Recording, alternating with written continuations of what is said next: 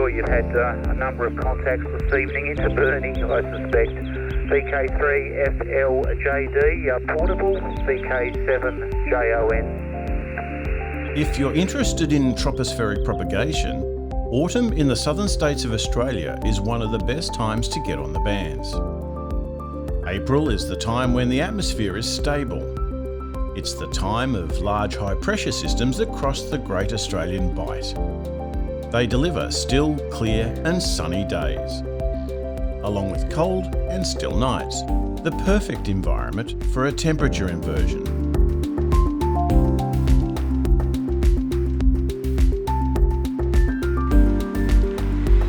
Mount Martha is on the Mornington Peninsula, just on 70 kilometres south of Melbourne. My station is 70 metres above sea level. With unencumbered views from Port Phillip Heads to the south, to the northeastern suburbs of Melbourne. Propagation to the west is very reliable at this time of year, and it's not uncommon to work coastal tropo into the South Australian town of Mt Gambier on a daily basis. The path from Mt Gambier to Mount Martha is relatively flat. Starting in Mt Gambier, the Crater Lakes are a feature of the Mt Gambier skyline. Flying over the town, we head east to Melbourne at a couple of 100 metres. Crossing the border into Victoria, the pine plantations dominate the landscape. Between Hamilton and Port Fairy, Mount Napier is a feature.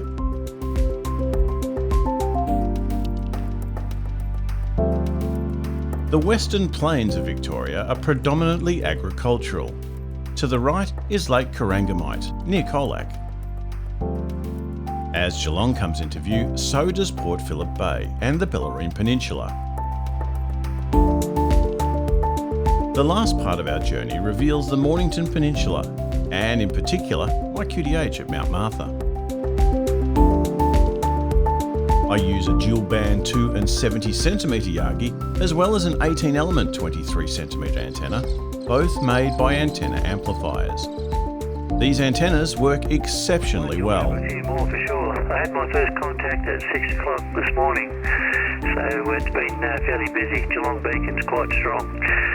This is Robin, VK5TN on 2 metres, with the dual band Yagi.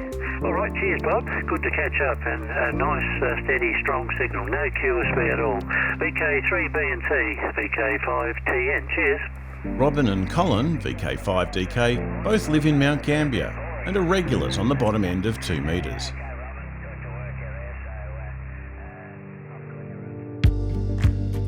April is known for large high-pressure weather systems that bring stable weather to the southeast coast of Australia. High-pressure systems are known as anticyclonic systems, and these systems are responsible for subsidence temperature inversions. The mean sea pressure level maps show where the anticyclonic system is and its journey from west to east. The Hepburn charts also show intense tropospheric propagation, which follows the high pressure systems. This weather pattern is common for autumn in the southern states. The air at the centre of a high pressure system descends. It's compressed as it moves downwards into levels where the pressure is higher and warms up, just like the end of a bike pump. When the subsiding air becomes as dense as the air beneath it, it will cease to sink and creates a layer of warm air sitting on a layer of cold air. A temperature inversion will form at the boundary between this warm descending air and cool surface air.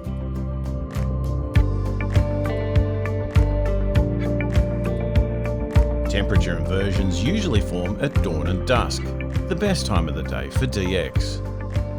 Ducks tend to develop progressively through the lifetime of an anticyclone.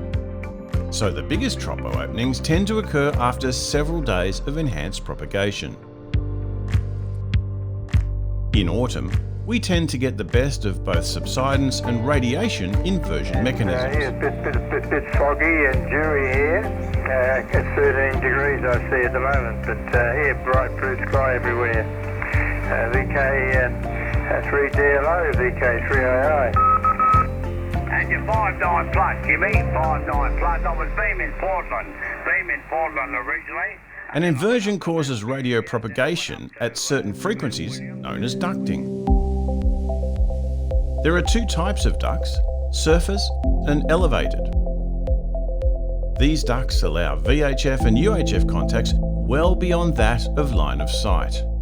VK3SS, this is portable, this is VK7SRK, also portable, yeah. Traffic on 2 metres in VK3 tends to peak during the autumn months, especially over the Easter break. Yeah, VK3 Echo Juliet, VK7 MD. I can hear you fine, over. Another form of propagation is obstacle propagation. The VK7 RAE beacon is located on the northern beaches of Tasmania, near Devonport. From Mount Martha, I don't have a direct path to VK7 as Arthur's Seat and Red Hill provide a 300-metre obstacle, which just blocks RF in its tracks. So to overcome the problem, I go around it. Here's the 23cm signal from VK7 RAE on Don Hill, bouncing off the Melbourne CBD. If you can't work a station direct, try bouncing off a nearby obstacle. Working tropo is a lot of fun, especially when there are plenty of stations to work. Alright, I'll go back and see if I can collect a few new ones. Got about 1, 2, 3, 4, 5, 6, 7, 8, 9, 10, 12 so far, Andrew, over. You don't need to be a home station with the latest gear either.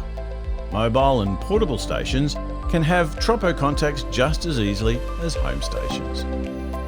So get on the radio at dawn and dusk and call CQ. You never know who may answer.